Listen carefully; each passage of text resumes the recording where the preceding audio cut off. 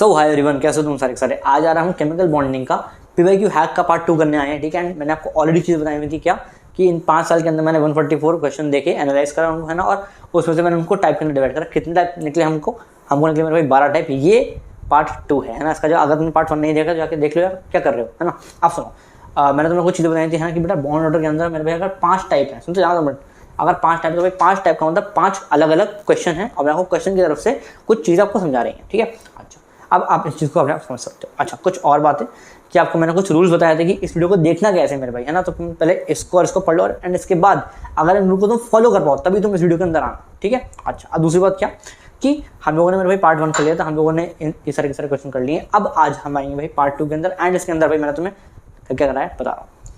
Dipole moment कराया, structure कराया है, हाइड्रोजन बॉन्डिंग के सवाल कराए हैं, और जनरल क्वेश्चन मतलब कि जो किसी के अंदर किसी भी टाइप के अंदर भाई सेग्रीगेट में नहीं कर पाया, लेकिन वो बहुत सारे अलग अलग टाइप है ना। तो अगर आप इन जनरल क्वेश्चन को याद कर लेते हो मतलब क्या, रट लेते हो, यस, तो तुम्हारा काफ़ी हाई चांस है कि जो क्वेश्चन पेपर तुम्हारा आएगा जेईई मेन के अंदर, उसके अंदर इसके अंदर से बहुत सारे सवाल तुम्हें दिख सकते हैं, ठीक है। समझ गए इस बात को। अच्छा, एक बात और, डायपोल मोमेंट मेरे पास 4 टाइप्स हैं, इसके एक ही टाइप है, एज बॉन्डिंग के 4 टाइप है, और जनरल क्वेश्चन के 23 सवाल है, ठीक है। एक तुम्हारा आज मैं कॉन्सेंट्रेशन टेस्ट लेने वाला हूँ यार, इससे तुम देख सकते हो कि हाँ भाई क्या तुम सच में कॉन्सेंट्रेटेड हो। समझे जाना सब 2 मिनट के लिए। देखो यार, बेसिकली जो तुम इन सबको भाई काउंट करोगे ना यार, तो ये तो भाई 32 सवाल बन रहे हैं, लेकिन अगर तुम जब मैं तुम्हें सवाल कराऊंगा ना, तब मैंने नंबरिंग करी हुई कि 1 2 3 4 ऐसे करके, है ना। तो अगर तुम उसको सवाल को काउंट करोगे कितने सवाल है, तो भाई आज 31 क्वेश्चन तुम्हें देख रहे होंगे ना। तो तुम मुझे बताना कि कौन से सवाल पर मैंने नंबरिंग नहीं करी है, ठीक है। अगर तुमने बता दिया तो भाई इसका मतलब समझ लेना कि कॉन्सेंट्रेशन टेस्ट में तुम पास हो चुके हो, ठीक है, और तुम जेईई का एग्जाम भी फोड़ने वाले हो। आज पार्ट 2 कर रहे हैं हम, स्टार्ट कर रहा हूँ मैं, ठीक है। ये सब मैंने आपको ऑलरेडी करा दिया जो मैंने आपको मतलब जो मैं स्क्रॉल कर रहा हूँ, है ना। कहाँ गया हमारा भाई अपना डायपोल मोमेंट, कहाँ गया दोस्त, ये रहा। देखो आ जाओ यार, टाइप 5 आज हमारा है डायपोल मोमेंट। अब सुनना, देखो कुछ नहीं है, आ जाओ। Amongst BeF2, BF3, H2O, NH3, CCl4 and HCl, the number of molecule with zero net dipole moment is. बहुत ही ज़्यादा सिंपल है। पहले आप जरा कॉन्सेप्ट समझ लो डायपोल मोमेंट का। ऑल्दो मैंने आपको रिवीजन वीडियो के अंदर बताया हुआ है, बट यहाँ पे समझ लो क्या कि अगर भी किसी स्पीशीज़ के अंदर अगर मॉलिक्यूल जो है अगर आपका सेम एटम से फॉर्म होता है, जैसे कि एग्जाम्पल के लिए H2 सेम एटम से फॉर्म है, O3 केवल O से बना है, O2 केवल O से बना है, तो भाई उसका डायपोल मोमेंट होता है 0, ठीक है। अगर कोई सिंगल एटम है जिसके पास लोन पेयर 0 है, जैसे कि एग्जाम्पल के लिए भाई CH4 है, इसमें भाई सिंगल एटम C है, और C के ऊपर जो लोन पेयर है भाई वो 0 होते हैं, सबको पता है ना। और जो आपके अदर एटम्स है वो अगर सेम है, जैसे कि इसके अंदर अगर जो आपका हाइड्रोजन है वो अगर सेम है ना, मतलब हाइड्रोजन 4 है ना, तो बेसिकली सेम ही है। सो आपका जो लोन पेयर है वो लोन पेयर कहना, अगर जो यहाँ पे जिसका क्या बोलते हैं अपना डायपोल मोमेंट है वो 0 हो जाएगा। सिंपल है, मतलब बेसिकली CH4 के अंदर अगर एक भी लोन पेयर नहीं है और जो अदर एटम है वो सेम है, तो भाई उसका म्यू 0, ठीक है। सिमिलरली अगर सेंट्रल एटम है 1 लोन पेयर ओनली, अगर केवल एक ही लोन पेयर है ना, तो जो तुम्हारा म्यू हो जाएगा वो 0 नहीं होगा, है ना। केवल ये 3 रूल है, इसको तुम याद रखोगे तुम्हारा काम बन जाएगा, ठीक है। मैं स्टार्ट कर रहा हूँ, बहुत बढ़िया सीरीज चल रही है हमारी। आ जाओ देखो यार, कह रहे भाई non zero net dipole moment क्या होता है। बहुत ही ज़्यादा सिंपल है, आपको मैंने सिखाया हुआ है कैसे। इसका लोन पेयर निकालो, इसका लोन पेयर निकालो, सबका लोन पेयर निकाल लो, है ना। मैंने आपको लोन पेयर निकालना सिखाया, कहाँ सिखाया था भैया, पार्ट 1 के अंदर सिखाया है ना। इसका जो पार्ट 1 है, और या फिर अगर तुम्हें पूरा देखना तो भाई रिवीजन वीडियो देख सकते हो मेरी, इससे रिलेटेड मेरी रिवीजन वीडियो केमिकल बॉन्डिंग की, ठीक है। सबके तुम लोन पेयर निकालो, है ना भाई। इसमें 0, इसमें 0, इसमें मेरे भाई 2 लोन पेयर, इसमें 1 लोन पेयर, इसमें 0 लोन पेयर, और इसमें 3 लोन पेयर, ठीक है। अब क्या बोल रहा हूँ मैं, सुनते जाना। जहाँ पे मेरे भाई लोन पेयर 0 होता है वहाँ पे मेरे भाई म्यू भी 0 होता है। इसका मतलब क्या है भाई, इसका मतलब 0 0 और 0, यानी कि यहाँ पे म्यू 0, यहाँ पे म्यू 0, यहाँ पे म्यू 0।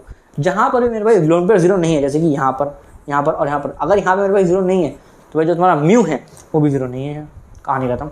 और तुमसे क्या बोल रहा था भाई कि जो तुम्हारा नेट डायपोल मोमेंट है, अच्छा ये म्यू क्या है मेरे भाई, ये म्यू क्या है, ये भाई म्यू है नेट डायपोल मोमेंट, है ना। इतना समझते हो गए भाई। ये नॉन जीरो है भाई, नॉन जीरो कितने में मुझे बताओ यार, 1 2 और 3, तो भाई अपना आंसर क्या आ गया 3। सिंपल है, कोई टफ तो नहीं है ना, सिंपल। चलो मैं आगे बढ़ता हूँ। सॉरी, कह रहा which one of the following pair is an example of polar molecular solid. पहले समझो कि नॉन पोलर और पोलर को समझते कैसे हो, बहुत ज़्यादा सिंपल है। देखो अगर किसी चीज़ का जो म्यू है वो 0 आ गया तो भाई वो नॉन पोलर है, और अगर किसी चीज़ का म्यू जो है वो 0 नहीं आया, 0 के अलावा कुछ भी आ गया, तो वो है मेरे भाई पोलर। बात समझ में दिखाना बोल दो यार, बहुत बढ़िया। अब सुनते जाना, बहुत ज़्यादा सिंपल है। ये तुम्हें कुछ चीज़ें दी हुई हैं, अब मैं सबके लिए तुम्हारा म्यू निकाल रहा हूँ, ठीक है। तो सबसे पहले मैंने निकाला SO2 के लिए, मैं निकालता हूँ SO2 के लिए मैंने म्यू निकाल लिया। कैसे निकाला है मैंने तो अभी सिखाया है। कहाँ सिखाया भैया आपने, ये देखो ये मैंने सिखाया है ना आपको। कि आप पहले देखो इधर आओ, मैंने जब SO2 के लिए लोन पेयर निकाला मेरे भाई एक लोन पेयर आ गया, अगर एक भी लोन पेयर आ गया तो भाई म्यू क्या होता है, 0 नहीं होता, यानी कि ये हो गया। इतनी बात समझ में आती है, मैंने कहा हाँ जी आती है। फिर मैं बात करूँ CO2 यहाँ देखो CO2 की मैं अगर आपसे बात करूँ तो CO2 के अंदर भाई मैंने लोन पेयर निकाले भाई 0 लोन पेयर है। 0 लोन पेयर का मतलब क्या है भाई, यहाँ पे जो म्यू है वो 0 है। मैंने कहा हाँ जी बिल्कुल ठीक बात है। अच्छा जी, और क्या बोल रहे हैं, और हमारा SO2 तो हमारा ऑलरेडी हो चुका है। NH3 अब देखो यार NH3 का हमारा क्या है, NH3 का जब मैंने लोन पेयर निकाला तो भाई 1 लोन पेयर आया। 1 लोन पेयर का मतलब क्या है मेरे भाई कि म्यू जो है तुम्हारा 0 नहीं होगा, और अपना आंसर आ चुका है। अरे भैया क्या बात कर रहे हो, अरे हाँ दिखाता हूँ सुनिए। कह रहे which one of the following pair is an example of polar molecular solid. अच्छा जी, पोलर कौन से, अरे सुनते जाओ सुनो, पोलर कौन से होते हैं मुझे बताओ, तुमसे पूछ रहा हूँ पोलर कौन से होते हैं। भैया पोलर ऐसे होते हैं जिसके म्यू 0 नहीं होता है, कुछ भी होगा 0 नहीं होगा यार। मैंने कहा ठीक है भाई कोई दिक्कत नहीं है। तो बताओ भाई ऐसा कौन सा पेयर है जिसके अंदर जो म्यू है वो 0 नहीं है। आओ जरा चेक करते हैं, क्या SO2 का जो म्यू है वो 0 है या फिर नहीं है, जरा चेक करो। SO2 का भाई म्यू है वो 0 नहीं है ना, यानी कि this can be the answer, right. और NH3 का जरा म्यू चेक करो। मैंने कहा इसके लिए अगर हम लोगों ने म्यू चेक करा भाई देखो यहाँ पे म्यू 0 नहीं है। SO2 और NH3 का भाई म्यू 0 नहीं है, तो भाई आंसर अपना कौन सा हो गया, SO2 और NH3। बात समझ में आती तो हाँ बोलो यार। ऐसे तुम MgO और HCl और AIN का ALN का तुम निकाल सकते हो अपने आप, है ना। मैं तुम्हें जल्दी से जल्दी करा रहा हूँ यार, है ना। अच्छा, और जितने भी टाइप है हम सारे के सारे कवर करेंगे इस चीज़ से रिलेटेड, ठीक है। सिंपल, अब तुम्हें वाला कॉन्सेप्ट समझ में आ गया कि यहाँ कैसे कैसे करना है, पोलर और नॉन पोलर का सवाल जो है कैसे कैसे करना है। बढ़िया, आगे मैं चलता हूँ। आगे हमारा क्या है, कर the pair from the following pairs having both compound with net non zero dyeable moment. मतलब क्या, ये दोनों पेयर है, ये दोनों पेयर है, ये दोनों पेयर है, ये दोनों पेयर है, दोनों का जो नेट डायबल मोमेंट है ना वो 0 नहीं होना चाहिए भाई, नहीं होना चाहिए। कर देंगे, कोई दिक्कत नहीं है। दिक्कत भाई इसके क्वेश्चन के अंदर क्या है भाई, मैंने इसको क्यों काउंट करा है, देखो है तो ये इसकी तरह ही है ना, बट प्रॉब्लम क्या थी कि यहाँ पर हमारा ये रूल लग रहे थे, जो 3 रूल है हमारे लग रहे थे, बट यहाँ पे दिक्कत आ क्या कौन सी आ गई इस वाले क्वेश्चन के अंदर भाई, हमें यही नहीं पता कि भाई ये स्ट्रक्चर दिखेगा कैसा, दिखेगा इन द सेंस कि मैं उसे सी मतलब कुछ ऐसे सी यहाँ पे मतलब, या फिर मैं इसको बेसिकली CH4 या फिर समथिंग लाइक कि LiCl, मैं इसको इस तरह से नहीं लिख सकता, मतलब बेसिकली मैं इसका केमिकल फॉर्मूला नहीं लिख सकता यार, है ना। तो ये है, तो इसकी वजह से भाई मैं इसका लोन पेयर नहीं निकाल सकता। मेन गेम ये है ना, क्योंकि देखो यार अभी तक हमारे पास क्या था कि SO2 भाई हमारे पास डायरेक्ट फॉर्मूला था, तो हमने डायरेक्ट लोन पेयर निकाल लिया यार। अब लोन पेयर मैंने कैसे निकाला तुम्हें मैंने पहले वाली वीडियो में उसको बताया हुआ है ना। अब सुनना, देखो अब ये अलग क्या है, देखो यार पहले आपको अच्छा इतना आपको ऑर्गेनिक पे आना चाहिए, है ना, कि आप अच्छा IPSC आपको आनी चाहिए, ठीक है। तो अपने जब इसको बनाया तो भाई ये बन जाएगा, इसको अपने बनाया तो बन जाएगा ना। ऐसे करते करते मैंने सबके पहले फॉर्म ये बना दिया, क्या बोलते हैं इसको, फिगर्स बना दिया है ना, स्ट्रक्चर बना लिया बेसिकली। अब सुनते जाना, अब पहली बात तुम सब बना पाओगे, बट तुम एनिसाइडिन नहीं बना पाओगे ना। तो मैं आपको बता दूं एनिसाइडिन क्या होता है, इसको अभी याद करके जाना, ठीक है। एनिसाइडिन होता है मेरे भाई, बेंजीन लगाओ, उसे नाइट्रोजन लगाओ एंड उसके साथ में O और C, कहानी खत्म। या फिर अच्छा यार यहाँ पे भी ये चीज़ है कि भाई एक ये वाला एनिसाइडिन होता है, एक ये वाला होता है ना। तो भाई मैंने क्या करा, मैंने दोनों चीज़ बना दी भाई। यहाँ पे नॉर्मल लिखा है कि भाई एनिसाइडिन है ना, तो भाई एक तो ये होता है और एक ये होता है, राइट। अरे हाँ ना बोलो भाई, है ना। मैंने क्या करा, मैं दोनों चीज़ बना दी। अब हम देखते हैं सवाल का। देखो यार अगर आपको डायबल मोमेंट का फील है ना तो आप कर दोगे इस सवाल को, देखो समझते हैं ना आराम से, कोई दिक्कत नहीं है। देखो ये जो Cl है, Cl इस वाले कार्बन से इलेक्ट्रॉन खींचेगा, क्यों मेरे भाई, क्योंकि Cl ज़्यादा है ना इलेक्ट्रोनेगेटिव, और यहाँ पे जो Cl है वो C से ज़्यादा इलेक्ट्रोनेगेटिव है, तो मेरे भाई यहाँ पे ये इससे खींच लेगा, राइट। सो बेसिकली एक एरो यहाँ पर, एक एरो यहाँ पे, मतलब मेरे भाई क्या दोनों रस्ते तुम सेम जगह से खींच रहे हो भाई। इसका मतलब क्या है कि भाई यहाँ पे डायबल मोमेंट 0 हो जाएगा। क्या तुम्हें बात समझ में आ रही है, हाँ ना बोल दो यार, अरे हाँ ना बोल दो मेरे भाई, ठीक है। अच्छा जी, अब यहाँ पे क्या गेम है, एक मिनट रुकना।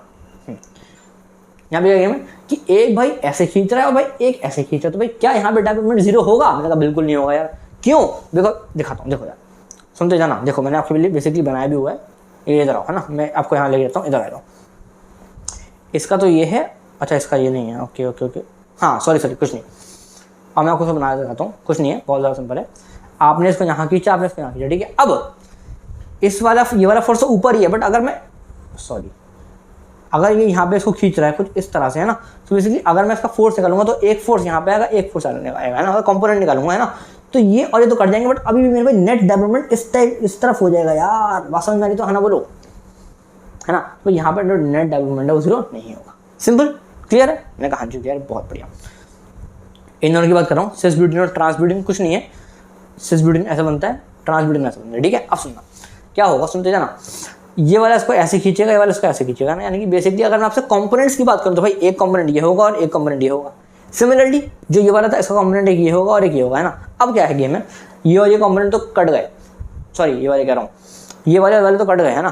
बट ये और ये वाले जो कंपोनेंट है ये इसको ऊपर खींच लेंगे यार, ये इसको ऊपर खींच के ले जाएंगे, है ना। इसका मतलब इसमें जो म्यू है वो जीरो नहीं होगा। बात समझ में आ रही है क्या? डेवलपमेंट का फील है तुम्हें? अगर तुम्हें डेवलपमेंट का फील भी नहीं है ना तो भी तुम रिवीजन वीडियो जाके अंदर देखो, है ना। उसमें मैंने सारी चीज़ बताई है यार, मात्र शायद 40 से 50 मिनट के अंदर, है ना। उसको देख सकते हो। अच्छा अगला क्या है, एक तुम्हें यहाँ खींच रहा है, एक तुम्हें ऐसे खींच रहा है ना। अच्छा सॉरी ऐसे नहीं है, एक तुम्हें ऐसे खींचेगा, ये तुम्हें ऐसा खींचेगा। अब सुनते जाना आराम से। अब ये इसका जो कंपोनेंट है, एक कंपोनेंट नीचे आएगा और एक कंपोनेंट ऊपर आएगा। इसका भी एक कंपोनेंट ऐसे आएगा और एक कंपोनेंट ऐसे आएगा, ठीक है। मैंने बेसिकली जो ग्रीन चीज़ें हैं उसमें लिखा है कंपोनेंट। अब सुनो, इससे ये वाला कट गया, है ना, बट और इससे ये वाला कट गया ना, यानी कि सारे के सारे कट गए। यानी कि क्या हो गई, म्यू हमारा जीरो हो गया। अरे भैया हर तरफ से सेम फोर्स अगर एक दूसरे को काट देंगे तो मेरे भाई म्यू तो जीरो हो गई ना। म्यू का फील है तुम्हें, क्लियर है ना। चलो अच्छा मैं आपको बताता हूँ ये वाला और ये वाला। अब सुनते जाना आराम से। देखो मैंने इसका स्ट्रक्चर बनाया, इसका स्ट्रक्चर बनाया, ओके जी। अब सुनना, देखो सी हाइड्रोजन से इलेक्ट्रॉन खींच लेगा। क्यों भैया? क्योंकि जो सी होता है वो इलेक्ट्रोनेगेटिव ज़्यादा होता है हाइड्रोजन से। इतना तो पता होगा भाई, नहीं पता है कोई बात नहीं। देखो ध्यान रखना कि हाइड्रोजन पूरी पीरियोडिक टेबल में सबसे ज़्यादा कमजोर बंदा है भाई, उससे इलेक्ट्रॉन कोई भी खींच सकता है, बस ठीक है। चलो अच्छा यहाँ ये वाला जो कार्बन है ये इससे भी खींच लेगा इलेक्ट्रॉन, है ना। तो बेसिकली और जो कार्बन है ये Cl से, सॉरी Cl कार्बन से खींचेगा इस तरह से, और यहाँ पे जो Cl इस कार्बन से खींचेगा कुछ इस तरह से। अब क्या होगा सुनना, अब क्या होगा कि अच्छा ये जो मैंने एरो की जो लेंथ है ना, एरो की लेंथ भी मैंने आपको बताई है ना कि ये ज़्यादा तेज़ी से खींचेगा, ये बहुत तेज़ खींचेगा, और एज कम्पेयर टू सी और एल ये हल्का, मतलब जो सी है वो एस से कम खींचेगा, है ना। बस तुम्हें ऐसे दिखाने के लिए भाई सी एल बहुत ज़्यादा इलेक्ट्रोनेगेटिव है देन सी, बट जो सी है वो एच से थोड़ा सा ज़्यादा ही इलेक्ट्रोनेगेटिव है। फील आ रही है हल्का बहुत, है ना। चलो अब सुनते जाना भाई, मैं इसको यहाँ खींच रहा हूँ, इसको यहाँ खींच रहा हूँ, इसको यहाँ खींच रहा हूँ, इसको यहाँ खींच रहा हूँ। मतलब भैया जो टोटल जो डेवलपमेंट आएगा वो कुछ इस तरफ से आएगा। क्या तुम्हें इस बात की फील है? मैंने कहा हाँ जी है, बहुत बढ़िया, है ना। फिर तुम्हारा जो नेट डेवलपमेंट है वो जीरो नहीं है, सिंपल। अच्छा इसकी बात करते हैं। ये ऐसे खींचेगा, ये ऐसे खींचेगा, हाइड्रोजन नीचे अपना इलेक्ट्रॉन दे देगा, है ना, और Cl नीचे दे देगा, है ना। मतलब बेसिकली यहाँ पे क्या होगा, ओके हाँ अब देखो सुनना कि ये और ये वाला तो कट जाएंगे, ये तो कट गए, है ना। लेकिन ये Cl नीचे जाता है इसको खींचना, और ये H भी नीचे खींचना चाहता है ना। तो भाई जो नेट डेवलपमेंट होगा वो नीचे हो जाएगा, यानी कि इसका भी आंसर जीरो नहीं है। और तुमसे जो पूछा था उसका आंसर आ चुका है। क्या सुनना, कह रहे the pair having both compound with net non zero development, है ना। तो भाई नॉन जीरो कौन सा, एक ये है और एक, यानी कि सही आंसर कौन सा हो गया। बातें क्लियर हो रही तो हाँ ना बोल दो फटाफट से। अच्छा जी अब तुम कहोगे भैया यार ये वाली बात ठीक है, बट ये वाली भी समझा देते हैं। तो भाई बहुत ज़्यादा सिंपल है। देखो यार सुनना, बेंजीन है ना भाई, है ना, इसके अंदर तो कुछ खींचने वाला है ही नहीं भाई। अरे भाई इसके अंदर कुछ खींचने वाला है क्या? नहीं है ना। तो भाई म्यूज़ का जीरो हो गया, डेवलपमेंट जब उसके अंदर है नहीं तो भाई जीरो हो गया। अब हाँ अगर मैं आपसे बात करूँ तो ये इसको यहाँ खींचेगा, ये वाला इसको यहाँ खींचेगा, यानी कि क्या इसके अंदर भाई डेवलपमेंट इक्वल टू जीरो नहीं होगा, राइट, यानी कि mu is not equal to zero. अब अगर मैं गलती से आपसे ये वाली बात भी कर लूँ, है ना, तो भाई फिर भी मेरे भाई, है ना, ऑक्सीजन और नेगेटिव, सॉरी ऑक्सीजन और नाइट्रोजन का जो इलेक्ट्रोनेगेटिविटी डिफरेंस है वो काफ़ी ज़्यादा होता है ना। सो बेसिकली कोई कुछ तो खींचेगा ना यार, या तो अगर देखो समझो, अगर जो नाइट्रोजन अगर ज़्यादा इलेक्ट्रोनेगेटिव है तो भाई ये इसको खींच के इस साइड ले जाएगा, और अगर ऑक्सीजन ज़्यादा इलेक्ट्रोनेगेटिव है तो भाई इसको यहाँ पे खींच ले जाएगा, यानी कि इसका भी डेवलपमेंट जीरो नहीं होगा। बात समझ में आ रही है? हमें नहीं पता था कि भाई एनएसाइडिन कौन सा है, ये वाला है या फिर ये वाला, बट हम लोगों ने तब भी आंसर निकाल दिया। तुम बात समझ में आ रही है? क्लियर हो रही है बातें? बहुत बढ़िया हो रही है ना। चलो मैं आपसे अगले सवाल की बात करता हूँ, हल्का सा अच्छा सा सवाल है, सुन जाना। Dipole moment is a vector quantity and by the convention it is depicted by a small arrow, ठीक है, with tail on the negative centre, है ना, and head pointing towards a positive centre. ठीक है देखेंगे, है ना। अब ये पहले बोल रहा है कि ये सही है या फिर गलत है, पहले बताओ, मैं कर देंगे। देखो यार अगर मैं आपसे NH3 का एग्जांपल ले लूँ, NH3 तुमने सुना हुआ है, तुम्हारे लिए फैमिलियर चीज़ है।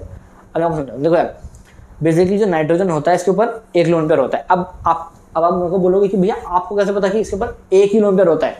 तो मैंने तुम्हें लोन पेयर निकालना सिखाया हुआ है। जब इसका लोन पेयर तुम कनेक्ट क्या बोलते हैं फाइंड करोगे तो तुम्हें मिलेगा कि lone pair equals to what, 1।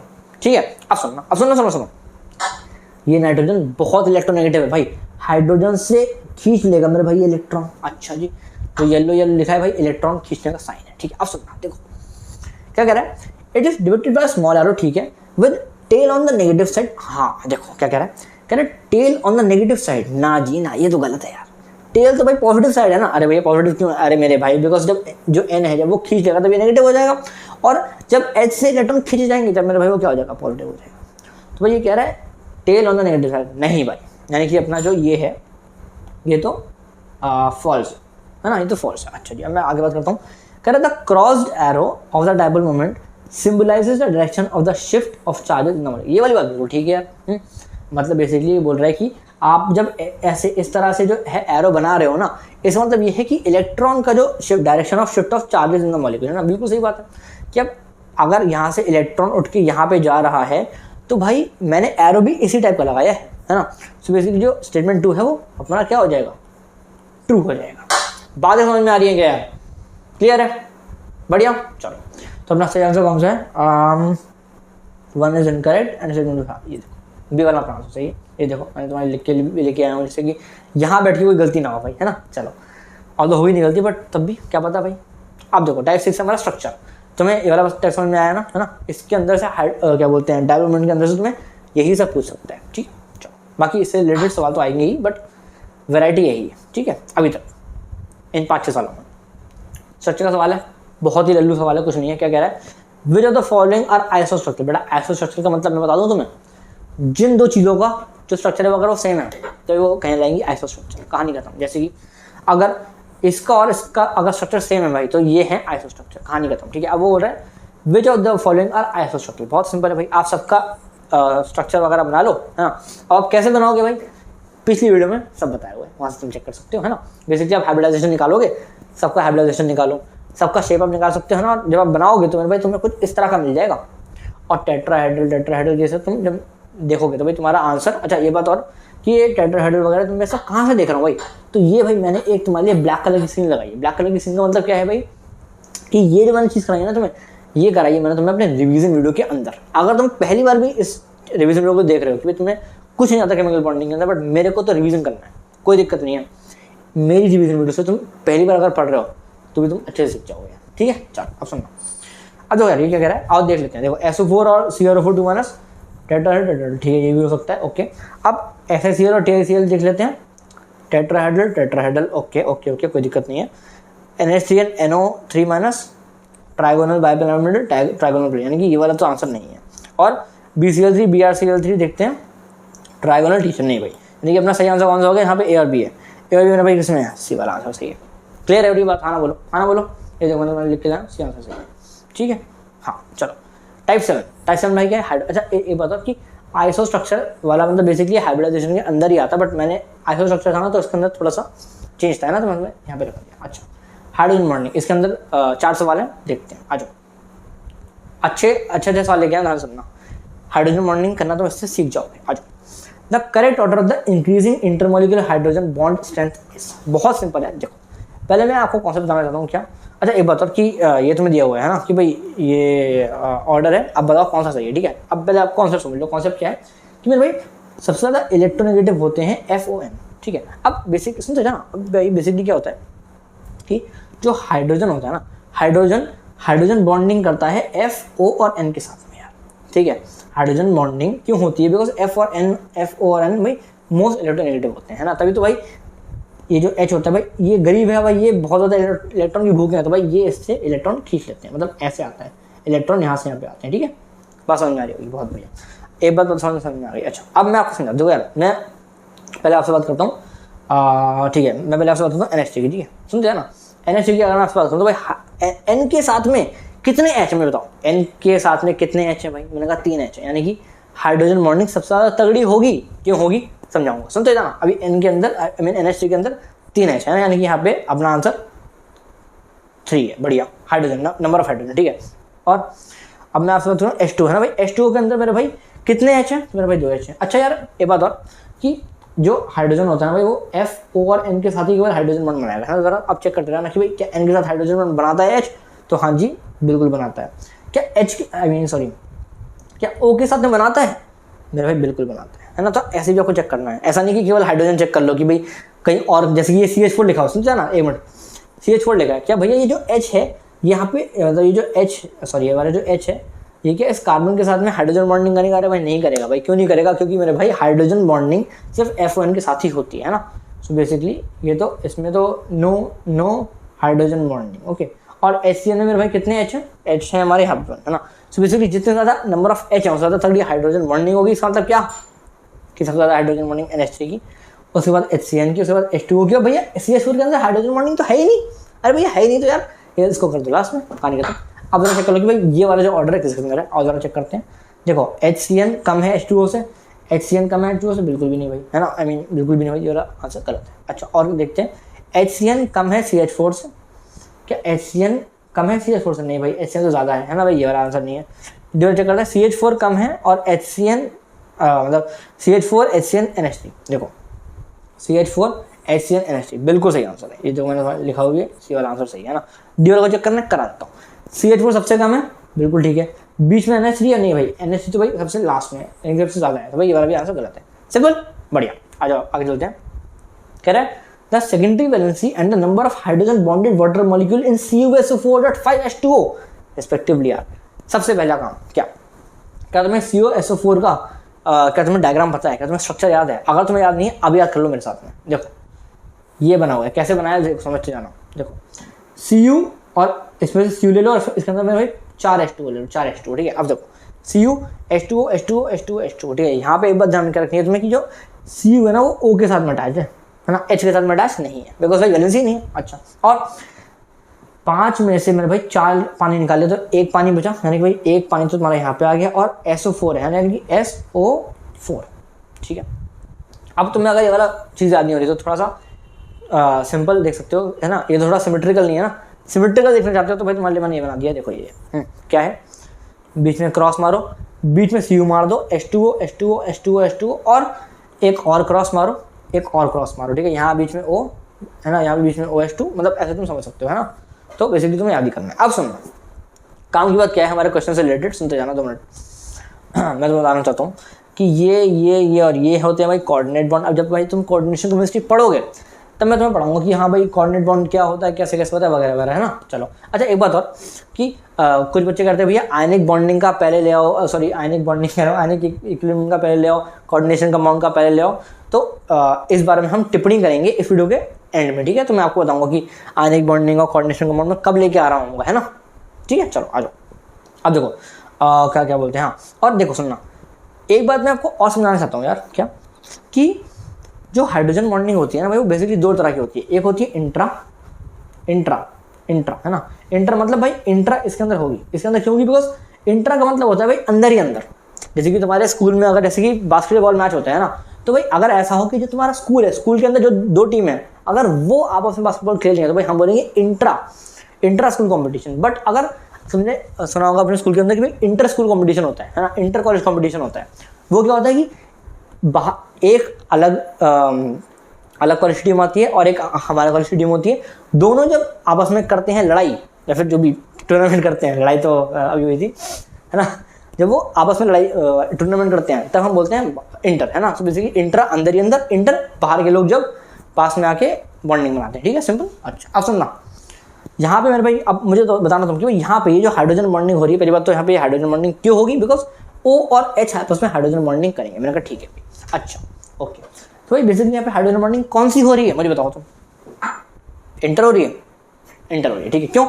ये एक अपना अलग मॉलिक्यूल है, ये अपना अलग मॉलिक्यूल है। बेसिकली यहाँ पे क्या बोलते हैं, इंटर मॉलिक्यूलर हाइड्रोजन बॉन्डिंग होगी। अच्छा एक बात और, क्यों क्या कि ये अगर CuSO4.5H2O है तो भाई हम इस चीज़ को ऐसा भी बोल सकते हैं कि हाँ भाई इसके अंदर इंट्रामोलिकुलर हाइड्रोजन बॉन्डिंग हो रही है। बिकॉज अगर हम इस चीज़ को मानेंगे CuSO4.5H2O एक ही मॉलिक्यूल है ना, तो भाई वो भी डिपेंड करता है कि आप इस मॉलिक्यूल को किस तरह से देख रहे हो, है ना, राइट। समझ में आती है बात है, बहुत बढ़िया। अब देखो ध्यान सुनना इसका। अच्छा अब जो कॉन्सेप्ट वो आते हैं, देखो क्या कह रहा है कि द सेकेंडरी वैलेंसी। देखो सेकेंडरी वैलेंसी का मतलब क्या है कि हमारा Cu जो है, Cu के जो कितने बॉन्ड बना रहा है पानी के साथ में, है ना। मैं समझाता हूँ, 1 bond 2 bond 3 bond 4 bond, 4 bond बना रहा है ना भाई, यानी कि वैलेंसी इसकी क्या होगी? 4 होगी। जरा चेक करो भाई किसी में 4 वैलेंसी है, क्लियर है, बढ़िया। अच्छा अब तुम बोलोगे भैया ये जो मैं लिखा हुआ ना इसको भी जस्टिफाई कर दूंगा, सुनते जाना, तुम्हें यहाँ पे चीज़ें सीखनी है, ठीक है, सुनते जाना। सेकेंड डिफरेंस हमारा हो गया, number of hydrogen bonded water, कह रहा है the number of hydrogen bonded water molecule in CuSO water 5H2O, hydrogen bonded water molecule. अच्छा ऐसे वाटर मॉलिक्यूल का संख्या बताओ जो हाइड्रोजन से बॉन्डेड, बताता हूँ, सुनना। देखो देखो ये क्या बोलते हैं, हमारा हाइड्रोजन बॉन्डेड चाहिए ना आपको, ठीक है, okay hydrogen bonded water molecule, okay. So basically देखो यार सुनना, ये हाइड्रोजन है और ये एक मॉलिक्यूल है जो हाइड्रोजन बॉन्डेड, बात समझ में आती है क्या? अरे भाई इस हाइड्रोजन के साथ में ये वाला ऑक्सीजन मिल रहा है ना, भाई हाइड्रोजन बॉन्डेड वाटर मॉलिक्यूल कितने हैं भाई, जो हाइड्रोजन से के साथ में भाई बॉन्ड बना रहे हो, केवल एक है, वो है मेरा भाई H2। बात समझ में आती है तो हाँ ना बोलो यार, क्लियर है, पक्का, वेरी गुड भाई, आंसर इसका हमारा सिंपल। अच्छा यहाँ पे एक बात और, क्या यहाँ पे क्या बोलते हैं, ठीक है ये हो जाएगा हमारा, हाँ वेरी गुड, हाँ ठीक है, बेसिकली अपना आंसर यहाँ पे हो जाएगा, हाँ कुछ नहीं, वो मेरे को कुछ लगा कि इसके अंदर हम कुछ और आपको बता सकते हैं, बट ठीक है वो जस्टिफाई हो जाएगा। चलो अपना बी आंसर है यानी कि 4 and 1, ठीक है। अब ये क्या कह रहा है, थोड़ा सा the compound which will show significant intermolecular H bonding is are, देखो यार सिग्निफिकेंट शो करेगा, देखो अब हल्का सा ना, अब तुम इसको पढ़ने का तुम कहोगे यार भैया केमिस्ट्री आय हाय, ठीक है, मतलब बहुत ही घटिया चीज़ है, बट भाई करनी तो है, ये तुम्हारी भाई रैंक बनवाएगा, सुनते जाना, सॉरी सिलेक्शन कराएगा, रैंक फिजिक्स और मैथ्स कराती है, सिलेक्शन हमारा केमिस्ट्री कराती है भाई, ठीक है, ध्यान रखना। अब सुनो, ये है और ये है, सबसे पहला काम इसको भाई मैंने यहाँ पे रखा, इसको मैंने यहाँ लिखा और इसको मैंने यहाँ लिखा, मतलब इसको मैंने यहाँ लिखा है ना, और इसको यहाँ पे। अब सुनो OH है ना, मैं आपको बताया क्या कि भाई इंटरमॉलिक्यूलर है, सिग्निफिकेंट इंटरमॉलिक्यूलर है ना, तो भाई बेसिकली OH है ना, OH के अंदर भाई OH हमारा ये एच बॉन्ड बना रहा है, मैंने कहा ठीक है भाई, और हाँ तो ये वाला है भाई यहाँ पे इंटरमॉलिक्यूलर होगा, तो भाई यहाँ पे OH भी बना रहा है और H नहीं बना रहा है। अब सुनना, एक हमारा ओके ये हो जाएगा, हाँ जी ठीक है, जो सिग्निफिकेंट इंटरमॉलिक्यूलर, हाँ अब सुनना, देखो अब मैं अगर इसकी बात करूँ ना तो भाई क्या होगा, सुनते जाना, ये जब होगा ना तो ये कहेगा भाई no hydrogen bond due to steric hindrance. ये क्या हो रहा है भैया, स्टेरिक हिंड्रेंस समझते हो, सुनना, ये OH, इसके ऊपर हमें भाई इलेक्ट्रॉन, इसके साइड में ही जस्ट, सुनते जाना, इसके साइड में ही जस्ट तुम्हारे पास एक ये लगा हुआ है और एक ये ब्रांच लगी, 2 ब्रांच लगी हैं। 2 ब्रांच का मतलब क्या है कि भाई ये इलेक्ट्रॉन और यहाँ पर जो इलेक्ट्रॉन है वो अब भाई बहुत स्टेरिक हिंड्रेंस करेंगे, भाई यहाँ पे हाइड्रोजन बॉन्डिंग सबसे कम होगी यार, ऐसा बोलो कि हाइड्रोजन बॉन्डिंग होगी ही नहीं, और यहाँ पे no hydrogen bond because steric hindrance आ जाता है। अब मुझे पता है कि तुम सोच रहे हो भाई ये क्या लॉजिक हुआ यार, ऐसा थोड़ी, ऐसा तो भैया यहाँ पे OH और यहाँ पे NO2 है, ऐसा तो भाई यहाँ पे भी स्टेरिक हिंड्रेंस आ जाना चाहिए था, बिकॉज यहाँ पे भी लोन पेयर होता है, यहाँ पर भी लोन पेयर होता है। पर मैं फिर से बोल दूँ आपको, क्या बोलते हैं, केमिस्ट्री थोड़ी सी तो कमी नहीं है ना, सो आपको थोड़ी सी चीज़ें याद रखनी है कि भाई ये जो मॉलिक्यूल होता है इसके अंदर स्टेरिक हिंड्रेंस होता है ना, थोड़ी तुम चीज़ें याद रखो, तुम्हारा काम बनता जाएगा यार, ठीक है। चलो ये सुनो स्टेरिक हिंड्रेंस, और अब देखो क्या रहा है, सिग्निफिकेंट इंटरमॉलिक्यूलर हाइड्रोजन बॉन्डिंग, ठीक है। तो बेसिकली ये और ये का आंसर ए और बी है, तो चेक करते हैं, A and B और D, क्लियर है, आना बोलो, आना बोलो, अरे आना बोलो भाई, सही है। अच्छा एक बात और बता दूँ क्या, अब तुम बोलोगे भैया, सुनते हो ना, तुम बोलोगे भैया यहाँ पे तो लिखा है इंटरमॉलिक्यूलर हाइड्रोजन बॉन्डिंग, बट यहाँ पर तो इंट्रामॉलिक्यूलर है ना, देखिए है तो भाई एक ही मॉलिक्यूल ना, अरे बोलो, यहाँ पर बेसिकली इंट्रामॉलिक्यूलर हाइड्रोजन बॉन्डिंग ही है, बट आई थिंक जो सवाल है उसके अंदर यहाँ पे इन लोगों को इंट्रामॉलिक्यूलर लिखना था, बट इन्होंने लिखा है इंटरमॉलिक्यूलर, ठीक है। तो कभी कभार अगर ऐसा हो कि भाई तुम्हें लग रहा है कि भाई तीनों के अंदर ही भाई इंट्रा हो रही है ना, ऐसा तो है नहीं कि भाई इसके अंदर इंटर हो रही थी, अगर सुनना, अगर ऐसा होता कि इसके अंदर इंट्रा, इसके अंदर इंटर और इसके अंदर ये स्टेरिक हिंड्रेंस, तो भाई अपना आंसर कौन सा होता, ये वाला, बिकॉज इसके अंदर ही सिर्फ इंटर हो रही है, लेकिन तीनों के अंदर अगर इंट्रा हो रही है तो भाई फिर क्या कर सकते हैं हम लोग, है ना, तो अपना आंसर बेसिकली डी हो जाएगा ना। कई बार एंटी तो मतलब खिल जाएगा, ये सब लिख के है ना, तो अपने क्या कर सकता हूँ। चलो अगर है इसको याद रखना है क्या, in an ice crystal each water molecule is hydrogen bonded to कितने नेबरिंग मॉलिक्यूल, डायरेक्टली याद रखना है 4। आइस के अंदर, आइस क्रिस्टल के अंदर कितने वाटर मॉलिक्यूल हाइड्रोजन बॉन्डेड होते हैं, एक दूसरे के नेबर है ना, 4, ठीक है। चलो अब देखो टाइप 8 हमारा जनरल टाइप, आप सुनाइए, बहुत ज़्यादा बढ़िया है। देखो जनरल का मतलब क्या है भाई, कि जनरल के अंदर आपको ना कुछ मतलब ऐसे सवाल कराए हैं जो शायद अगर आपने पहली बार देखे तो आप शायद नहीं कर पाओगे, है ना, बट ये बहुत इंपॉर्टेंट है, आप करो। अब समझ ध्यान से देखो कैसे करेंगे। सबसे पहले आप देखो क्या कह रहा है ये इसको आपको इसका मैच करना है, ठीक है। तो मैं आपको क्या बोल रहा हूँ कि आपको ऑक्सीडेशन स्टेट तो आपको निकालने में सिखाई दी है यार। कब सिखाई थी? अरे भाई डी&एफ ब्लॉक के अंदर सिखाई थी। अगर तुम्हें ऑक्सीडेशन स्टेट निकालना नहीं है तो तुम क्या कर रहे हो भाई, है ना। बाकी अगर तुम चाहो तो रिडॉक्स का वीडियो देख सकते हो किसी का भी, मतलब मेरा नहीं है, किसी का देख सकते हो, वहाँ से तुम ऑक्सीडेशन मैंने निकाल लो, ठीक है। दिक्कत क्या है कि हाइपोफॉस्फोरस एसिड क्या होता है, ऑर्थोफॉस्फोरिक क्या होता है भाई, हाइपोफॉस्फोरिक क्या होता है, ऑर्थोफॉस्फोरस क्या होता है भाई, यही नहीं पता, यही तो नहीं पता। ये पता तो काम बन जाएगा सुनना। इसलिए मैंने इस वाले क्वेश्चन को तुम्हारे यहाँ पे ऐड करा है, याद रखो। हाइपोफॉस्फोरस H3PO2 ये होता है, ये होता है, और ये भाई ये होता है, ठीक है। इसकी जब तुम याद रखोगे तो भाई जब तुम ऑक्सीडेशन में तुम निकालोगे तो आंसर तुम्हारा बना जाएगा, मतलब वन वाला मतलब ये, ठीक है। सिंपल है। आगे मैं बात करता हूँ आपसे, बात समझ गए ना मेरी? सिंपल है ना। चलो कह रहा है एजर्शन कह रहा है zero orbital overlap is an out of phase lap, ठीक है। बहुत ही बिल्कुल सही बात है। क्यों? देखो यार, जीरो ऑर्बिटल ओवरलैप का मतलब क्या है ना, कि देखो भाई जब px तुम्हारा ऐसे होता है, py तुम्हारा ऐसे होता है ना भाई, ये है जीरो ओवरलैपिंग की केस। अच्छा, क्यों ओवरलैप भाई? अगर तुम चाहो ना ओवरलैप करो, कैसे करोगे भाई? px ये है, py है भाई, ओवरलैप कैसे कर सकते हो ना? तो नहीं कर सकते बेसिकली, है ना। तो तुम्हारा ये जो है ये केस ऑफ ओवरलैप है, वाली बात भाई बिल्कुल ठीक है, ट्रू है, एकदम सत्य वचन है। और it results due to different orientation direction of approach of orbital, बिल्कुल सही बात है भाई। ये इसका खड़ा हुआ ओरिएंटेशन है और इसका लेटा हुआ ओरिएंटेशन है ना भाई, इसकी वजह से ये होता है, यानी कि भाई रीज़न तो सही है। ओके, अब क्या एजर्शन का रीज़न यही है? तो मैंने कहा बिल्कुल सही बात है भाई, एजर्शन का जो रीज़न है भाई वो भी ट्रू है। तो भाई अपना आंसर कौन सा हो गया? यहाँ पे मैंने लिखा है, बस समझ में आती है। अच्छा यार, अभी जो कुछ चीज़ें हैं मैंने आपको केमिकल बॉन्डिंग के अंदर नहीं पढ़ाई है। क्यों नहीं पढ़ाई है? बिकॉज ये इतनी इंपॉर्टेंट नहीं है यार, बिकॉज यहाँ से इतने रिपीटेशन ऑफ सवाल आते ही नहीं, बट आपको इसी सारी चीज़ पता होनी चाहिए। इसलिए ये जेई हैक बहुत ज़्यादा, और जेई हैक कर रहा हूँ, पीवाई की हैक बहुत ज़्यादा काम का है तुम्हारे, है ना। इसको अच्छे से देखो यार, बहुत मजा आने वाला है तुम्हें। आ जाओ आगे चलते हैं। Which of the following pair of molecule contain odd electron molecule and an expanded octet molecule, ठीक है। बहुत ही ज़्यादा सिंपल है। देखो यार, पहले आपको मैं एक चीज़ बता दूं कि आपको ऑड इलेक्ट्रॉन मॉलिक्यूल कैसे निकालना है, बहुत ही ज़्यादा सिंपल है।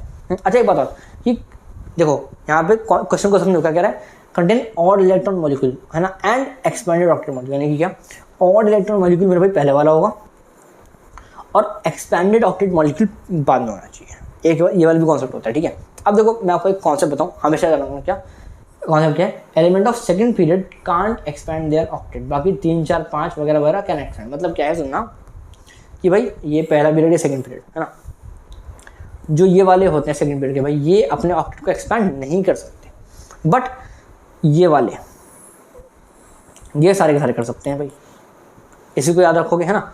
सो बेसिकली अगर मैं आपसे बात करूँ ना भाई, तो देखो n जो है भाई, n can't expand, right, can't expand, हाँ जी। तो भैया ये एनो यहाँ पे क्या कर रहा है? अरे भाई एनो यहाँ पे क्या कर रहा है? समझ में आ रही है? तो भाई ये वाला तो आंसर पक्का नहीं है। पसंद में? अरे भाई क्यों? ये अगर एक्सपैंड ही नहीं कर सकता तो भाई उन्होंने बोला कि can expand then octet molecule, है ना। सो बेसिकली एनो अगर यहाँ पे है तो भाई यहाँ पे तो आंसर तो ये वाला नहीं है। अच्छा, अब SF6 H2SO4 H2SO4, है ना, ये जो तीनों मॉलिक्यूल हैं बेसिकली इसके अंदर लाई करते हैं, है ना। मतलब इसके अंदर बेटा बता रहा हूँ, सॉरी, इसके अंदर लाई करते हैं ना, इसके अंदर लाई करते हैं। तो भाई इनमें से कुछ भी हो सकता है। अब मैं आपको कॉन्सेप्ट समझाता हूँ क्या कह रहा है। कह रहा है pair of molecule contain odd electron molecule. भाई ऑड इलेक्ट्रॉन का मतलब क्या है भाई? कुछ भी नहीं है, कुछ भी नहीं है भाई। इनको लिखो, मैंने कहा ठीक है लिख दिया। अब इसके अंदर नंबर ऑफ इलेक्ट्रॉन तुम काउंट करो। मैंने कहा ठीक है यार, ये तो बहुत ही सिंपल सा कहानी है, बहुत बढ़िया। बी का एटॉमिक नंबर होता है भाई 5, यानी कि कितने इलेक्ट्रॉन में 5। क्लोरीन का होता है 17, 17 3 51, ठीक है। जब तुम ऐड करोगे 56 आ जाएगा। ऐसे ही इसका एटॉमिक नंबर लिखो 15 आएगा, SF6 का लिखो 70 आएगा, 20 का लिखो 56 आएगा। बताओ भाई इनमें से ऑड नंबर कौन सा है? ऑड नंबर बेटा 15 है, यानी कि भाई अपना आंसर कौन सा हो गया? जिसके स्टार्टिंग में NO आएगा। भाई NO किसमें है? ये वाला खाली है। तुम ऑड इलेक्ट्रॉन मॉलिक्यूल निकाल सकते हो? निकाल दूंगा भैया, ठीक है। तो अपना आंसर कौन सा हो गया? हो गया सिंपल।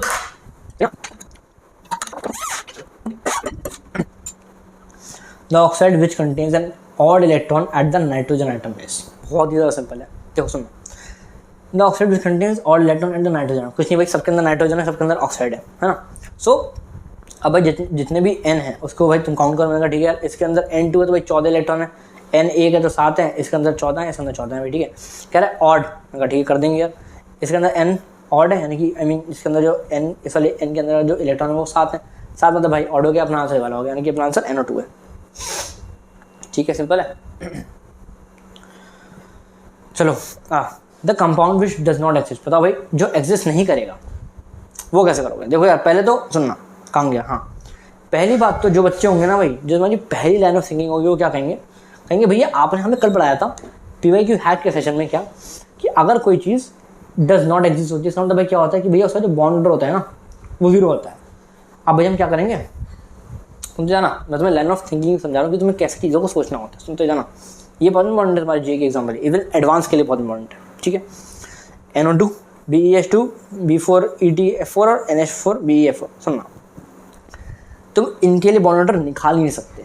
अब तुम बोलोगे भैया क्यों नहीं निकाल सकते यार, ऐसे कैसे क्यों बोल रहे हो, हम इसके लिए बॉन्ड ऑर्डर निकाल नहीं सकते, पूछो क्यों, बिकॉज में भाई बॉन्ड ऑर्डर केवल किसके लिए होता है, डायटोमिक, यस स्पीशीज के लिए होता है भाई।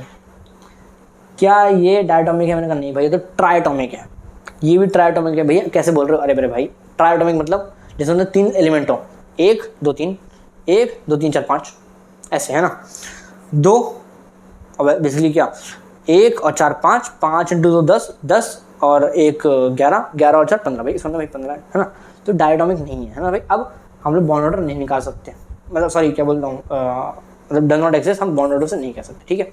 अब हम लोग चलते हैं, अब देखो यार ये जो है ना क्वेश्चन, ये आपका PYQs में डला हुआ है हाइड्रोजन बॉन्डिंग के, बट ये सवाल एक्चुअली S ब्लॉक का है। अब मैं आपको समझा दूँ, टेंशन मत लो, सिखा सकता हूँ मैं आपको, है ना, आ जाओ इधर आ जाओ।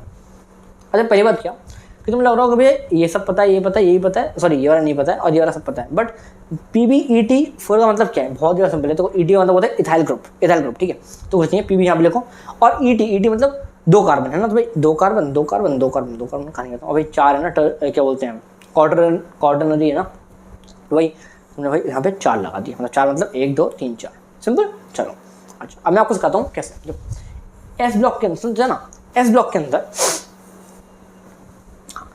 के अंदर हमने आपको कुछ चीज़ें पढ़ाई थी, अगर आपने पढ़ी हो तो, क्या Na के अंदर जो ऑक्साइड होता है ना Na का, और जो पेरोक्साइड होता है केवल वही स्टेबल होता है भाई। अब आप बोलोगे भैया ऑक्साइड और पेरोक्साइड क्या होता है, बताता हूँ। ऑक्साइड मतलब O के ऊपर 2-, पेरोक्साइड मतलब O2 के ऊपर 2-। अच्छा जी ठीक है, मतलब क्या कि Na केवल Na2 और Na2O2 ही बना सकता है बस, और बना तुमने कैसे कहा था कि KRbCS है ना, ये केवल क्या बोलते हैं, केवल सुपर ऑक्साइड ही बना सकते हैं। सुपर ऑक्साइड भैया क्या होता है, O2 के ऊपर 1-।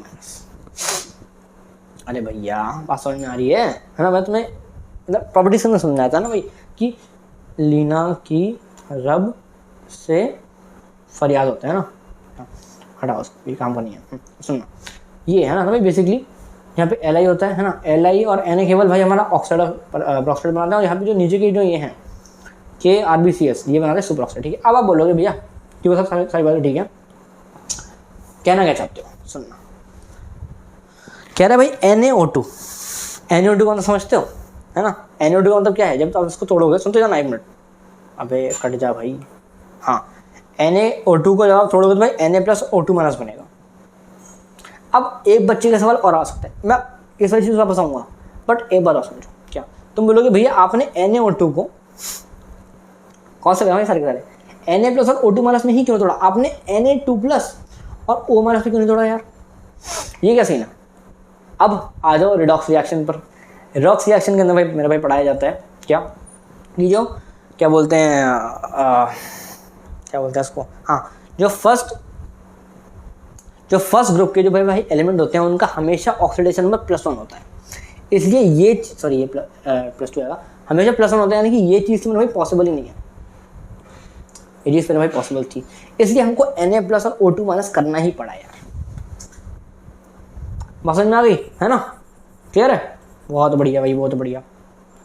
यानी कि क्या Na+ और O2- लूटेगा। अब ये O2- क्या होता है भाई, ये तो होता है सुपर ऑक्साइड, और Na तो सुपर ऑक्साइड बनाते ही नहीं है भाई, Na तो केवल ऑक्साइड पर ऑक्साइड बनाता है, यानी कि ये जो चीज़ है ये एग्जिस्ट नहीं करेगी, तो अपना सही आंसर है ये, मतलब ए वाला।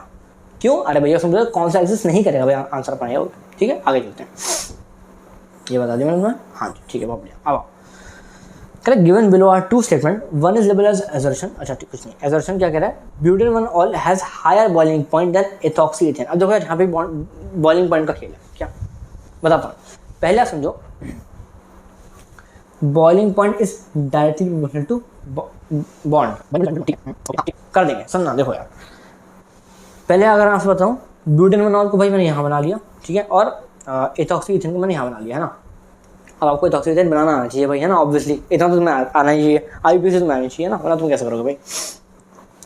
एक बात और, अगर तुम्हें आईपीसी नहीं भी आती ना तो एथॉक्सी एथेन को याद कर लो कि भाई एथॉक्सी एथेन ये होता है, बिकॉज आईपीसी के अंदर तुम्हें एथॉक्सी एथेन इसको चीज़ को याद कराएंगे ही कराएंगे। अब ब्यूटेन वन ऑल को अगर तुम याद करके बैठे हो तो क्या कर रहे हो यार, है ना, इतने के लिए तुम आईपीएससी पढ़ सकते हो, है ना, बट एथॉक्सी एथेन को तुम्हें याद करना पड़ता है आईपीएससी के अंदर भी, है ना, तो उसका भी याद रखो। अब सुनो, मतलब एथॉक्सी मिथेन इथेन वगैरह, है ना, चल छोड़ो।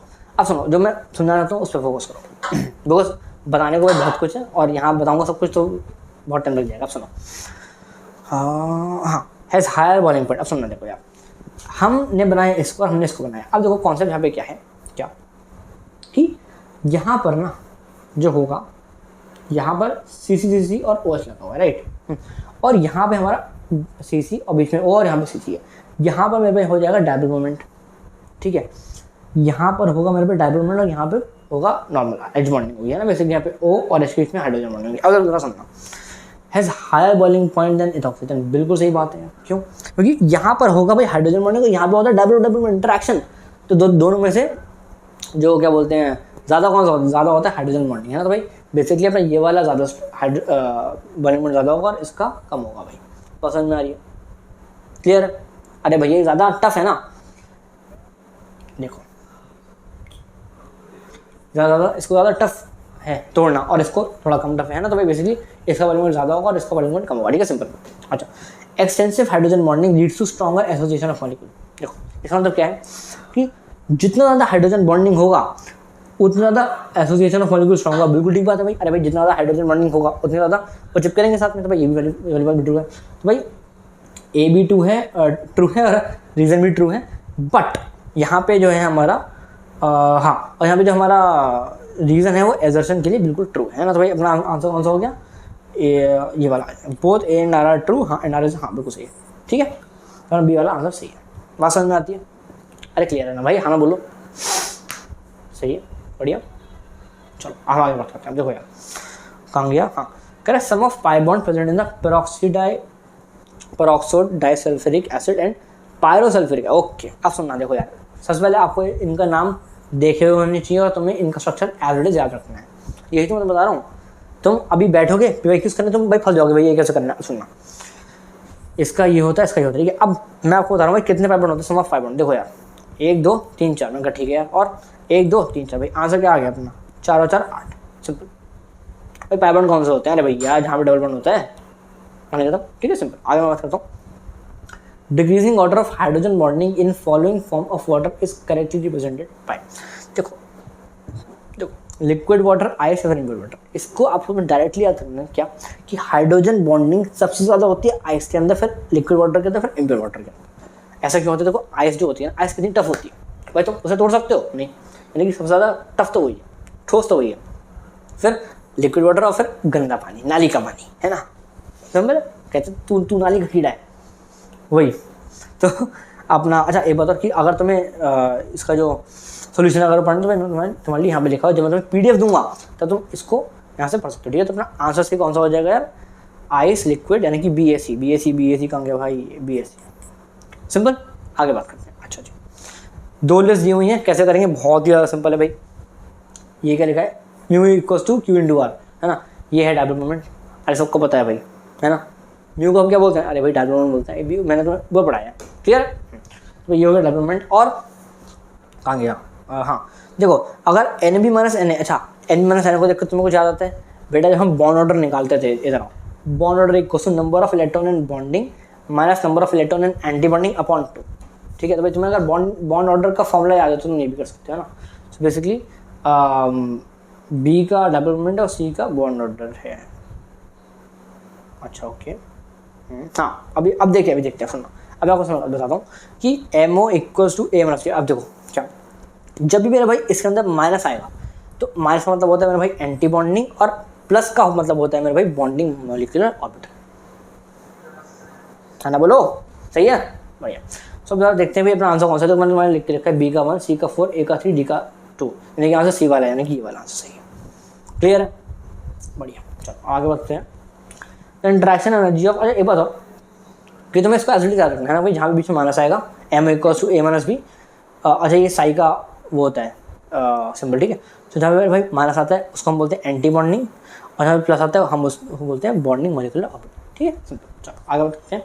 The interaction energy of London forces between two particle is proportional to R की पावर एक्स, ठीक है।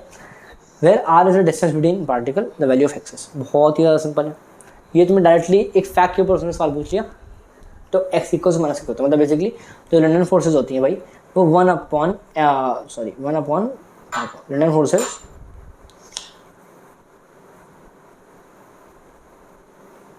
Forces equal to 1 upon X की पावर 6 पे डिपेंड करती है, ठीक है, सिंपल। तुम्हें इस चीज़ को याद रखना है, बढ़िया। अब देखो कह रहा है in gaseous try ethyl amine the CNC bond angle is degree, है ना, कितने होते हैं 108। मैं तुम्हें बोल रहा हूँ भाई ये सब फैक्ट्स हैं, केमिस्ट्री के अंदर फैक्ट्स होते हैं, इसको एवरेज जाते हैं, CNC के अंदर 108 डिग्री होता है, सिंपल, ठीक। आगे बात करते हैं। Identify the species having 1 pi bond and maximum number of canonical form from the following. पहली बात समझो, पाई बॉन्ड तो तुम्हें पता है भाई डबल बॉन्ड होता है, पाई बॉन्ड है ना, और कैनोनिकल फॉर्म मतलब कि भाई मैं उसको और कैसे कैसे लिख सकता हूँ, मतलब बताऊँगा। अच्छा देखो SO3 O2 SO2 और CO3 2 अब देखो मैं आपको क्या बोल रहा हूँ कि आप इतने एलिजिबल अब हो चुके हो, मैंने आपको इतना पढ़ा दिया कि आप इन सब का शेप निकाल सको, इन सब के स्ट्रक्चर निकाल सकते हो। कैसे निकालोगे अरे बेटा, हाइब्रिडाइजेशन से निकाल सकते हो क्या, मैंने कहा हाँ जी निकाल सकते हैं। अच्छा इस पे आते हैं, बिकॉज आंसर ये है, अब सुनना ये वाला आंसर मैं पहले से बता रहा हूँ ना, ये है ना, बॉन्ड पेयर 3 है, लोन पेयर 0 है, sp2 है, sp2 का मतलब है ट्राइगोनल प्लेन, ठीक है। अब सुनना ये तो मेरा भाई प्लेन है। अब दिक्कत क्या है, दिक्कत तुम पता है क्या बोलोगे, आप बोलोगे कि भैया ठीक है ये प्लेन आई मीन ट्राइंगल है और प्लेन है, तो भाई ये कुछ इस तरह का दिख रहा है, बट यहाँ पर जो डबल बॉन्ड है ये हमें कैसे पता लगेगा कि इसमें डबल बॉन्ड कहाँ पर है और डबल बॉन्ड है या फिर नहीं है। अब यार ये तुम्हारा ऑर्गेनिक का पार्ट है मेरे भाई, है ना। तो मैं तुम्हें बोल रहा हूँ कि तुम्हें हर एक चीज़ नहीं बता सकता, ऑर्गेनिक पढ़ोगे जब तो मैं आपको सिखाऊंगा कि हाँ भाई मतलब कैसे कैसे कर सकते हैं। बहुत लंबी कहानी है, वो छोड़ो भी, बस आप समझो कि ट्रायंगुलर प्लेन होता है ना, और बेसिकली ये इसके 3 कैनोनिकल फॉर्म होते हैं, कहानी सिंपल, ठीक है। तो मतलब बेसिकली कुछ नहीं होता, अगर ये जो पाई बॉन्ड टूटता है भाई यहाँ पे नेगेटिव देगा, यहाँ जब नेगेटिव हो जाएगा तो यहाँ पे एक पाई बॉन्ड बना लेगा, बिकॉज यहाँ का एक इलेक्ट्रॉन यहाँ पे आ जाएगा, यहाँ पे एक नेगेटिव है, तो बेसिकली ऐसा रहता है, मतलब मैं समझाऊंगा नहीं, ठीक है। सो आपको ये मिलेंगे और अपना आंसर हो जाएगा CO3 2 माइनस, ठीक है, सिंपल। चलो sodium hydride can be used as an oxidising agent, ठीक है, और the lone pair of electron on nitrogen in pyridine make it basic. अब देखो यार मैं आपको समझाना चाहता हूँ, देखो पहली बात क्या कि ये बोल रहा है can be use an oxidising agent, बिल्कुल नहीं, क्यों, because it can be use an reducing agent, ठीक है। भाई ये वाला आपका फॉल्स है, मतलब बेसिकली ये वाला आपका मेरा भाई फॉल्स है। और the lone pair of electron on nitrogen in pyridine makes it basic है, और इसका आंसर देखते हैं। ये भाई पैराडिन, अच्छा तुम्हें पैराडिन पता होगा है ना, बेंजीन बनाओ और उसमें से एक सी निकालो, और उसमें से एक सी निकालो, उसमें से नाइट्रोजन निकालो, भाई आप उसको बोलते हो पैराडिन, ठीक है, simple. In pyridine due to free electron on N atom, है ना, इसके अंदर जो एन एटम है फ्री इलेक्ट्रॉन होते हैं, it is basic in nature, है ना। सो लोन, है ना भाई, बिल्कुल सही बात है, यानी कि अपना जो है जो सेकंड है ट्रू है और भाई 1 तो भाई फॉल्स है ना। सो अपना आंसर कौन सा सही हो गया, 1 is false and but second true है ना, यानी कि अपना आंसर हो गया सेकंड, सिंपल है, ठीक है। समझ पा रहे हो चीज़ों को और समझने में ज़्यादा इम्पोर्टेंट याद कर पा रहे हो, बढ़िया। आगे बात करते हैं। The HOH bond angle in water molecule 104.5, बिल्कुल सही बात है, इतना ही होता है भैया, आपने ऐसा पढ़ाया नहीं, अरे भाई अब पढ़ा रहा हूँ ना, यही तो मैं बोल रहा हूँ कि बॉन्ड मतलब हाइड्रोजन बॉन्डिंग के अंदर बहुत सारी चीज़ें हैं, लेकिन अभी तुम सारी चीज़ें कर लो जिससे तब तुम JEE के एग्जाम में जाओगे वहाँ नहीं फंसोगे यार, ठीक है। सारे टाइप्स सॉल्व कराएं, सारे टाइप्स, ठीक है। तो lone pair repulsion of electron is higher than that of bond pair repulsion. आओ उसका आंसर देखते हैं। देखो यार पहली बात तो मैं तुम्हें बताना चाहता हूँ, H2O का भाई मॉलिक्यूल कुछ इस तरह का दिखता है ना, इसमें 104.5 होते हैं, और आपको हमेशा रखना है क्या, सुनना कि लोन पेयर रिपल्जन हमेशा ज़्यादा होता है। अरे भाई ऐसा क्यों होता है, अरे मेरे भाई सुनना, ये लोन पेयर है भाई, दोनों पे नेगेटिव चार्ज है ना, जब दोनों में नेगेटिव चार्ज भाई दोनों रिपेल करेंगे, बेटा जी रिपेल करेंगे भाई, रिपल्सन सबसे ज़्यादा होगा, है ना। भाई ये है भाई बॉन्ड पेयर, भाई बॉन्ड पेयर में कुछ रिपल्सन वगैरह कुछ नहीं होता, नॉर्मल रहता है, बॉन्ड पेयर कम रहता है, लोन पेयर का सबसे ज़्यादा रहता है, सिंपल, बढ़िया। चलो आगे बात करता हूँ। O nitrophenol is steam volatile due to intramolecular hydrogen bonding, बिल्कुल ट्रू बात है, सत्य वचन है भाई। भाई हमें पता ही नहीं था, आपको पता था, मुझे नहीं पता था, तो मैं क्या करूँ भाई, इसको याद रखा भाई, यही होता है ना। मैंने भी इसको पहली बार पढ़ा था भाई, मेरे को भी नहीं पता था, अब मुझे पता है, मैं इसको याद रखता हूँ, कहानी खत्म, सिंपल, ठीक है। आपसे तुम्हें पता होना चाहिए, है ना, कि ओ नाइट्रोफिनॉल स्टीम वॉलेटाइल होता है, क्यों, because intramolecular H bonding, intramolecular मतलब क्यों ये होता है ना, ये नाइट्रोफिनॉल है ना, इंट्रामोलिकुलर कब हो रहा है बेटा, ये देखो ये हो रही है यहाँ पे इसमें एच बॉन्डिंग, ओ और सॉरी एच बॉन्डिंग कह रहे हो, सॉरी ओ और एच है ना, ये हो रही है इसके अंदर एच बॉन्डिंग, क्लियर है, खाना बोल दो, बढ़िया। O nitrophenol has high melting point not due to hydrogen bonding, no no no no मेरा बच्चा, it is due to close packing not because of hydrogen. भाई इसका बहुत क्लोज पैक होता है। देखो मैं आपको बोल रहा हूँ ना कि देखो हाइड्रोजन बॉन्डिंग की वजह से भी, एक्चुअली मैं अगर आपको अंदर की बताऊँ ना, तो हाइड्रोजन बॉन्डिंग की वजह से भी इसके अंदर जो है हाई मेल्टिंग पॉइंट होता है, बट फिर से केमिस्ट्री है ना, आपको फैक्ट्स को याद रखना कि भाई नहीं यार इसके अंदर हाइड्रोजन बॉन्डिंग की वजह से नहीं होता, इसके अंदर होता है क्लोज पैक की वजह से। अब से आपको याद रखना है, कहानी खत्म हो गया, सही है, समझ गए। तो भाई पहला ट्रू है और दूसरा फॉल्स है, भाई ऐसा आंसर कहाँ पे है, ट्रू एंड सिंपल, क्लियर है। आ जाओ, dipole dipole interaction are the only non covalent interaction resulting in hydrogen bond formation, okay अभी देखेंगे। और रीजन क्या है, fluorine is the most electronegative element and hydrogen bond is HFR symmetric.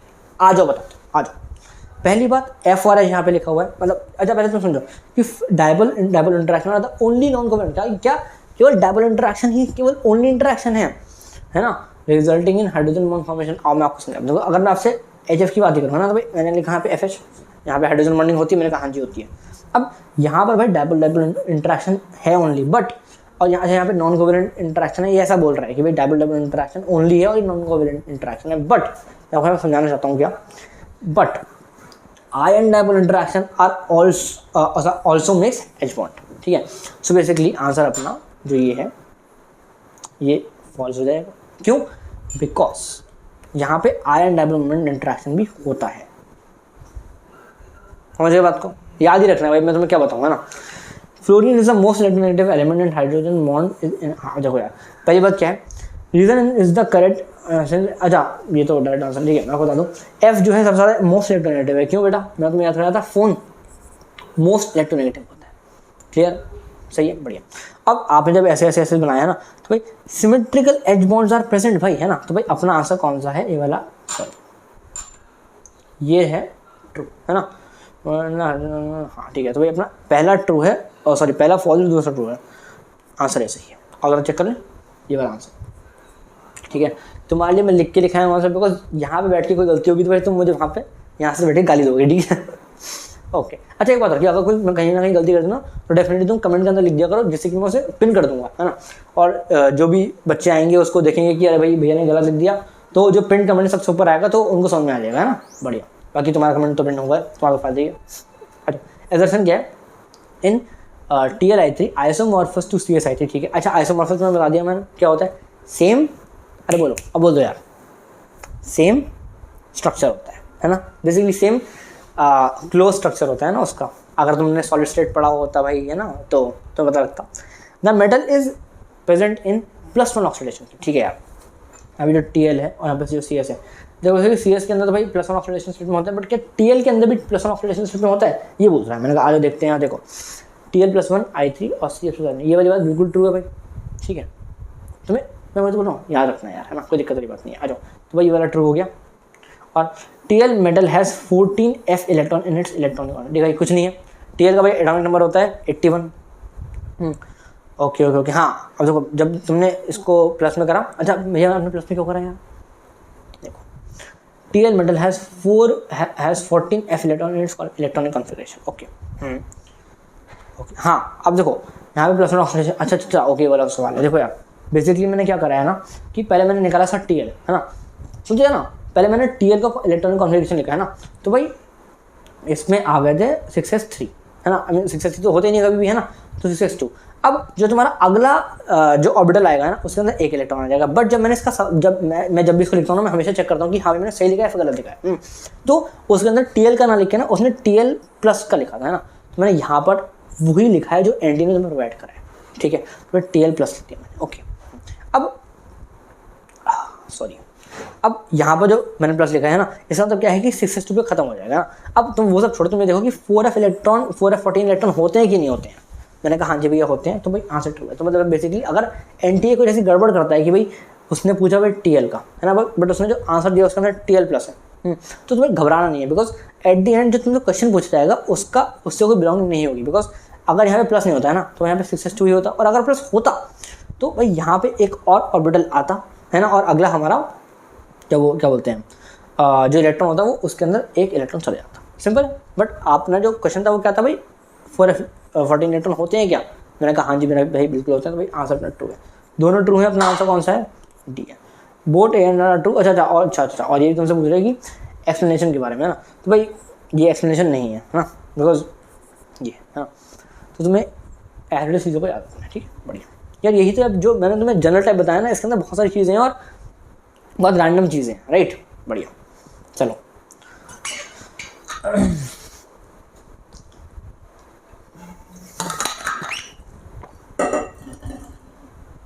क्या कह रहा है, the correct set from the following in which both pair are in correct order of melting point. ठीक है, कोई दिक्कत नहीं है। देखो बॉइलिंग पॉइंट का कॉन्सेप्ट अलग है, boiling point is directly proportional to bond, और भाई melting point is directly proportional to lattice energy, और lattice energy is directly proportional to charge upon size. अब मैंने इस चीज़ को यहाँ पे लिखा है यार, आपसे कभी लैटिस एनर्जी तो पूछे नहीं है, बट आपसे पूछ सकता है भाई, ठीक है। तो अगर आपसे लैटिस एनर्जी का सवाल आ जाए तो भाई सिमिलरली आपको करना है, जैसे आपने यहाँ पे कराया ना मेल्टिंग पॉइंट का, जैसे मैंने आपको कराया वैसे आपको लैटिस एनर्जी का सवाल भी करना है। आप सुनना कॉन्सेप्ट याद रखो, melting point proportional to charge upon size, ठीक है। अब सबका LIF, LACl, NaCl, MgO सबका निकालते हैं भाई मेल्टिंग पॉइंट का ऑर्डर, ठीक। आओ तो सबसे पहले हम भाई चार्ज से डिसाइड करते हैं ना, तो भाई हमने पहले क्या करा, LIF लिखा, LACl लिखा है ना, बिकॉज ये एक है और भाई ये एक अलग है ना, बीच में तुम देख सकते हो भाई एक सेमीकोलन का साइज है ना, बढ़िया। चलो LAF और LACl है ना, फिर से बोल दूँ, फर्स्ट ग्रुप के जो एलिमेंट्स होते हैं उनके ऊपर हमेशा भाई +1 होता है, तो भाई यहाँ पे +1 होगा है ना, भाई यहाँ पे -1 तो होना ही चाहिए ना, +1 या -1, ठीक है। अब आपने जब तोड़ा तो आपको क्या देखा कि भाई अब जो चार्ज है ना, भाई मैं अगर चार्ज की बात करूँ तो F पे भी -1 है और Cl भी -1 है ना, तो हम चार्ज -1 आ गया, तो अब हम जो चार्ज वाला है वो तो कॉन्सेप्ट फेल हो गया, सुनते जाना 2 मिनट के लिए, चार्ज वाला जो कॉन्सेप्ट है वो तो फेल हो गया। अब हम चलेंगे साइज पर, बिकॉज जो प्रेफरेंस चलते हैं हम, पहले प्रेफरेंस होती है चार्ज की, अगर भाई चार्ज अलग अलग है तो भाई चार्ज से आप डिसाइड करोगे, लेकिन अगर चार्ज जो है वो सेम हो गया, जैसे हमारे क्वेश्चन में यहाँ पे चार्ज सेम हो गया, तो हम चलेंगे साइज से। आप सुनना, आपको पता है फ्लोरीन से जो मतलब फ्लोरीन छोटा होता है क्लोरीन बड़ा होता है ना, सिंपल। सो मेल्टिंग पॉइंट F का ज़्यादा होगा और Cl का छोटा होगा, कहानी खत्म हो गई। क्यों भाई, because size is inversely proportional to MP, right. So basically यहाँ पे आपको LIF ज़्यादा होगा LACl से, है ना। और NaCl और MgO के अंदर अगर मैं आपसे बात करूँ ना, तो भाई Na प्लस और Cl माइनस यहाँ पे आ गया, Mg2 प्लस और O2 माइनस यहाँ पे आ गया। अच्छा, अब आप फिर से पूछ सकते हो क्या भैया, सुनते जाना कि भैया जी यहाँ पे तो MgO लिखा हुआ था, आपने इसको Mg2 प्लस और O2 माइनस के अंदर ही क्यों तोड़ा, आपने Mg प्लस और O माइनस के अंदर आपने क्यों नहीं तोड़ा यार, कोई तो राज होगा ना, आज बताता हूँ क्या। फिर से रेडॉक्स रिएक्शन के अंदर तुम्हें पढ़ाया जाता है क्या कि Mg यानी कि जो सेकंड जो सेकंड ग्रुप के जो एलिमेंट्स होते हैं, यानी कि कौन से, बेटा, मांगे, कार, सुंदर, पाप, राजी, ठीक है, ये वाले जो होते हैं वो हमेशा +2 ऑक्सीडेशन स्टेट दिखाते हैं ना भाई, इसलिए यहाँ पे Mg2 प्लस आता है और यहाँ पे O2 माइनस आता है। बात सिंपल है, हाँ ना बोल दो, हाँ ना बोल दो, हाँ ना बोल दो भाई, है। चलो बढ़िया, सॉरी O2 के ऊपर सॉरी ये भाई मैंने क्या लिख दिया, अनर्थ हो गया भाई मुझसे, सॉरी भाई। ओके पर 2 मार्क्स है ना, तुम लोगों ने फोन कर देते अभी कमेंट सेक्शन के अंदर, आ जाओ यहाँ पे, ठीक है।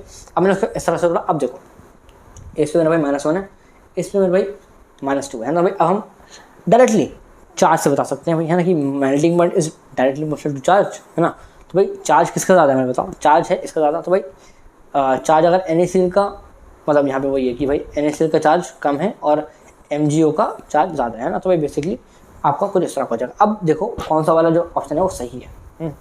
देखो MgO ज़्यादा है, NaCl कम है, और यहाँ पे एल आई यहाँ पे कह रहा है LiCl ज़्यादा है लेकिन हमारे में LiCl कम है, तो भाई ना ये है ना ये है।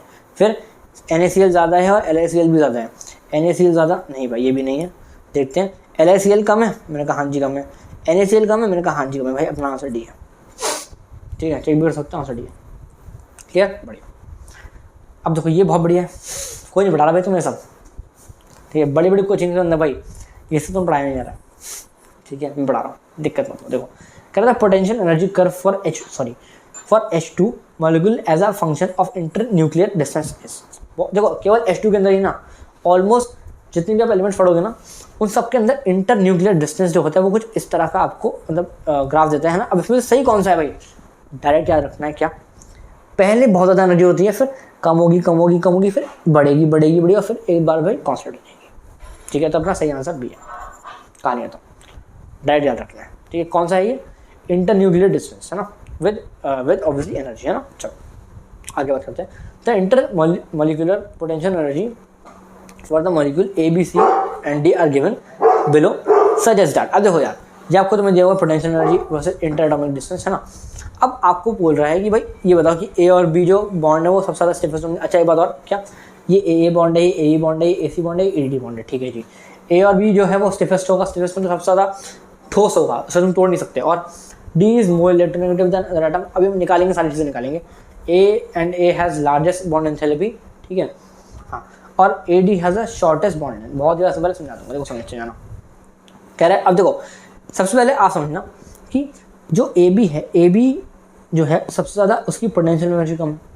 अरे भाई चेक कर सकते हैं, सबसे नीचे पोटेंशियल एनर्जी AB की है ना, तो AB की पोटेंशियल एनर्जी सबसे ज़्यादा कम है, ठीक है। अब कॉन्सेप्ट क्या है, अगर मेरे भाई पोटेंशियल एनर्जी कम होती है तो अट्रैक्शन ज़्यादा है। कॉन्सेप्ट क्या है यहाँ पे, बहुत इंपॉर्टेंट कॉन्सेप्ट है, कोई नहीं बता रहा तुम्हें, ये सब सुनते जाना। ये कॉन्सेप्ट है,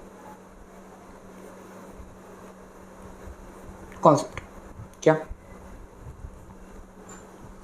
potential energy is inversely proportional to attraction, कहानी है, ठीक है। अब सुनना, अगर अट्रैक्शन ज़्यादा है तो स्ट्रॉन्गेस्ट बॉन्ड होगा वो। अरे भैया किसी भी चीज़ के अंदर अट्रैक्शन ज़्यादा है तो स्ट्रॉन्ग होगा ना बॉन्ड, और स्ट्रॉन्ग होगा तो मतलब स्टेबल होगा। हमने इसके अंदर 4 चीज़ें निकाली, मैंने कहा जाएंगे। अब आ जाओ, यार AB has the stiffest bond, बिल्कुल भी नहीं भाई, बिल्कुल हाँ, क्यों, क्योंकि भाई AB की पोटेंशियल एनर्जी सबसे ज़्यादा कम मतलब सबसे ज़्यादा स्ट्रॉन्ग बॉन्ड किसका होगा भाई, AB का ही तो होगा, यानी कि AB has a stiffest bond, बिल्कुल सही बात है। और अब देखो यही तुम्हारा आंसर जो है, तुम्हारा आंसर ये है, कहानी खत्म हो गई। अब आप बोलोगे भैया नहीं यार हमें, आप ये वाली चीज़ बता देता हूँ, सुनो। D is more electronegative than other atom. देखो बिकॉज देखो यार, मैं जाता ना, मैं तुम्हें ये वाला करा के आगे बढ़ जाता, बट तुम्हें अब ये वाली चीज़ें समझनी पड़ेंगी भाई, लार्जेस्ट बॉन्ड एंथैल्पी कैसे आप कोरिलेट कैसे करोगे, बताता हूँ। D is more electronegative than other. अब देखो यार सुनना, अगर ए समझे जाना, यहाँ पे कॉन्सेप्ट है कि कैसे तुम्हें चीज़ों को निकालना है। अगर AB की स्ट्रॉन्गेस्ट बॉन्ड है, यानी कि A प्लस और B माइनस होगा ये, भाई ठीक है, स्ट्रॉन्गेस्ट बट टूटेगा तो है ना कभी ना कभी, but B will be very electronegative. देखो यार ये बहुत ज़्यादा इलेक्ट्रो पॉजिटिव होगा, ये बहुत ज़्यादा इलेक्ट्रो नेगेटिव होगा, तभी तो ज़्यादा जाके एकदम तगड़ी वाली बॉन्डिंग है यहाँ पे, पास समझ में आ रही है। ये सबसे ज़्यादा इलेक्ट्रो नेगेटिव होगा, ये है कॉन्सेप्ट, ठीक है। तो यहाँ पे बोला D is the most electronegative than other atom, नहीं भाई ये भी गलत है, क्यों, बिकॉज जो B है वो है मोस्ट इलेक्ट्रो, ठीक है। अब AA has the largest bond enthalpy का मतलब क्या है यहाँ पे कि AB has the largest bond enthalpy. देखो इसका मतलब क्या समझे जाना कि AB जो है वो स्ट्रॉन्गेस्ट बॉन्ड है, इसको तोड़ने के लिए मेरे को सबसे ज़्यादा एनर्जी देनी पड़ेगी, सबसे ज़्यादा AB को मेरे को देनी पड़ेगी, राइट है ना, और क्लियर हो रही है। सो A has the largest bond enthalpy, नहीं भैया वाली बात भी कर रहा हूँ, ठीक है। अब AD has the shortest bond length. अब देखो यार एक चीज़ मैंने तुम्हें वाली बात कल ही बताई थी जब पिछले वाला वीडियो दिया था, ये एक बड़ा पेंसिल है ना, मतलब और भाई ये एक छोटी चीज़ है ना। अब तुम मुझे बताओ कि इन दोनों में से मैं किस चीज़ को बहुत ही ज़्यादा ईजिली तोड़ सकता हूँ। भाई बड़ी चीज़ को मैं ईजिली तोड़ सकता हूँ और इसको तोड़ सकता, राइट। तो AB हैज़ अ शॉर्टेस्ट, देखो शॉर्टेस्ट बॉन्ड लेंथ मतलब ये, इसको तोड़ने के लिए सबसे ज़्यादा एनर्जी चाहिए। और मुझे बताओ कि कौन सी ऐसी बॉन्ड है इसको तोड़ने के लिए सबसे ज़्यादा एनर्जी चाहिए, बेटा ये वाला बॉन्ड है। यानी कि यहाँ पे आंसर AB अगर होता तो भाई ये वाला सही हो जाता, बट यहाँ पे देखा AD has a shortest bond, यानी कि अपना आंसर ये वाला भी नहीं है। क्लियर है, हाँ ना, बोल दो फटाफट से, क्लियर, बढ़िया। अगला, the relative strength of the inter molecular forces in a decreasing order is. अब से क्या बोल रहा है, आपको डायरेक्ट याद रखना है क्या कि आयन होता है, फिर आयरन डाइपोल होता है उसको डाइपोल डाइपोल होता है। सिंपल, क्लियर है, बहुत बढ़िया। चलो हाँ ओके, स्टेटमेंट 1 क्या कह रहा है, SO2 and H2O both possess V shape structure. अब देखो यार, आप फिर से इसको निकाल सकते हो कैसे, हाइब्रिडाइजेशन निकालो उसकी, है ना, और आप जब हाइब्रिडाइजेशन निकाल के शेप निकालोगे तो कैसा आएगा, ये हमारा SO2 है, ये हमारा H2O, ठीक है। अब तुम्हें याद क्या रखना है कि इसकी 118 होती है बॉन्ड एंगल, इसका 104 होता है ना। सो बेसिकली क्या दोनों ही वी शेप स्ट्रक्चर होते हैं, मेरे को बिल्कुल सही बात है, ये वी शेप, ये वी शेप। अब आप बोलोगे भाई यहाँ पे लोन पेयर भी तो है ना, भाई लोन पेयर को आप कभी भी शेप के अंदर काउंट नहीं करते हो, है ना। ये सारे जो कॉन्सेप्ट है मैंने आपको अपने रिविजन के अंदर बताया है ना, तो उसको ध्यान से देखो यार, तुम्हारा सारा का सारा काम बन जाएगा, ठीक है। ये वी शेप है, ये तो भाई 2 है। फिर the bond angle of SO2 is less than H2O, भाई जरा चेक करो, SO2 का कम है, मैंने कहा नहीं भाई, बॉन्ड एंगल ऑफ SO2 ज़्यादा है भाई H2O से, है ना भाई। तो बेसिकली एक ट्रू है एक फॉल्स, यानी कि एक जो है करेक्ट है और जो सेकंड है वो इनकरेक्ट है। आंसर डी आ गया, ये वाला चलो, ठीक है, सिंपल है। आगे मैं सवाल करता हूँ, ओके, ये हमारा लास्ट सवाल है, हाँ लास्ट सवाल है हमारा, ये कह रहे है ClF5 at room temperature is, है ना। अब देखो ये भी आपको याद रखना है क्या कि ClF5 जो होता है आपका रूम टेम्परेचर पे होता है कलरलेस, और इसका जो क्या बोलते हैं वो होता है शेप होता है, वो हमारा होता है स्क्वायर पाई पिरामिड। अभी आपको ये वाली बात कैसे पता लगा, बताया था मैं ना, हाइब्रिडाइजेशन निकालो, उसका शेप निकाल लो, ये आ जाएगा, क्लियर है ना। बाकी आपको तो याद भाई, आपको बड़ी बात तो याद रखनी है कि भाई ये कलरलेस होता है, ठीक है, सिंपल। तो देखो विद दिस, अच्छा इसका आंसर कौन सा है, डी वाला है, ठीक है, सिंपल। अब देखो यार, हाँ जी, विद दिस यार हम लोगों ने फाइनली कंप्लीट कर दिया है अपना ये केमिकल बॉन्डिंग का पार्ट 2। अब देखो मैं पूरी कोशिश करूँगा अपनी तरफ से, पूरी कोशिश कि भाई पार्ट 3 भी आए, है ना। बट अब एक बात देखो, मैं आपको दिखाता हूँ, है ना, कि भाई ये मैंने लिखे हुए हैं, बट मैंने तक शॉर्ट नहीं करे हैं यार, है ना। तो अगर मैं आपके लिए शॉर्ट करने बैठूंगा तो उसके लिए बहुत टाइम लगता है यार, है ना। और मतलब चलो ठीक है, मैं आज पूरी कोशिश करूँगा कि मैं आज तुम्हारे लिए पार्ट 3 को अपलोड कर दूँ, ठीक है, बढ़िया। अच्छा, जो मैं तुमको बोला था, मैं तुमसे वादा कहा था क्या कि आयनिक इक्विलिब्रियम, क्या आयनिक इक्विलिब्रियम और कोऑर्डिनेशन कंपाउंड के बारे में हम बात करेंगे इस वीडियो की लास्ट में। देखो यार, मैं आपसे बात बोलना चाहता हूँ क्या कि आयनिक इक्विलिब्रियम फिजिकल केमिस्ट्री का एक पार्ट है, ठीक है। अब जब लास्ट में तुम्हारे भाई 15 दिन बचे हुए हैं, लगभग 15 दिन बचे हुए हैं ना, तो आपको ना एक बात समझनी चाहिए कि आपको ऐसे चैप्टर बिल्कुल नहीं करने हैं भाई जहाँ से आप सवाल इसके यहाँ पे सॉल्व करोगे लेकिन वहाँ जाकर आपके सॉल्व नहीं होंगे यार। आपको इस टाइम ऐसे क्वेश्चन, आपको ऐसे चैप्टर करने चाहिए जहाँ पे आपका जो मतलब श्योर शॉर्ट क्वेश्चन अगर आप यहाँ पे करके जा रहे हो ना भाई, वहाँ पे आप कर पाओ यार। बात आपको समझ में आ रही है भाई। आयनिक इक्विलिब्रियम सच बता रहा हूँ, एक मैं बहुत टफ तो नहीं बोलूँगा बट काफ़ी ट्रिकी है, ठीक है। अगला कोऑर्डिनेशन कंपाउंड, देखो यार, हाँ ये वाला जो चैप्टर है ना, ये आपका मैं मानता हूँ कि अच्छे खासे मार्क्स आपको देता है ना। 1 से 2 मार्क्स आपको, 1 से 2 क्वेश्चन आपको देते हैं, जिससे आपको 4 से 8 मार्क्स आ सकते हैं।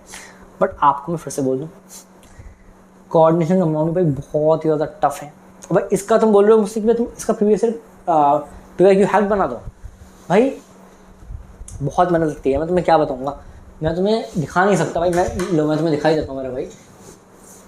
मैं तुम्हें बहुत ही क्लियर मैं तुम्हें बताता हूँ। एक बार मैं यूज़ करता हूँ, है ना भाई। एक ये जो है ना, ये देखो IIT की जो भाई तुम्हारी किताब है, इसमें मैं यूज़ करता हूँ। जितने भी सवाल होते हैं भाई पहले मैं इसके अंदर से छांटता हूँ, बिकॉज देखो इसके अंदर से छांटता हूँ ना, और उसके बाद ऐप पे जाके वहाँ से स्क्रीनशॉट लेके सब करता हूँ ना। ये सब बोला नहीं था क्या, ठीक है, तो बोल दिया।